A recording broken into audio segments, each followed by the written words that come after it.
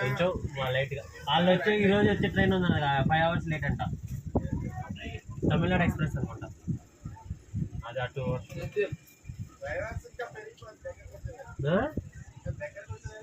పెరిగిపోతుంది, టైం పెంచుతూనే ఉన్నాడు.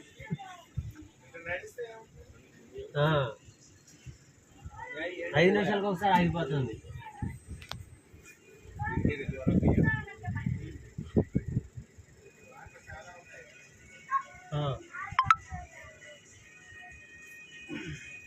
కాలం నీళ్ళు అనుకుంటేమో. గోదావరి వస్తుంది ఇటు. అదే అదే